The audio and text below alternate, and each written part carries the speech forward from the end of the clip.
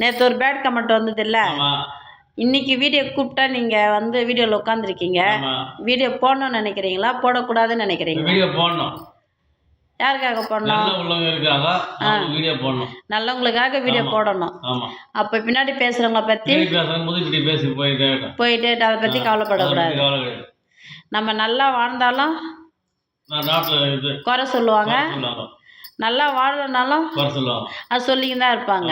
அதுக்காக பயந்துக்கிட்டு விடக்கூடாது. நம்ம முயற்சி என்னைக்கும் வெற்றி பண்ணிக்கிட்டே இருக்கணும். யாரை பற்றியும் வெரி குட்டுங்க. இப்படி வாழ்க்கையை நினச்சி வாழ்ந்தாலே நம்ம குடும்பத்தில் நல்லா இருப்போம், பிரச்சனையே வராது. நம்ம குடும்பம் மட்டும் இந்த இருக்கிற குடும்பங்கள் அனைவருக்குமே பிரச்சனை வராது.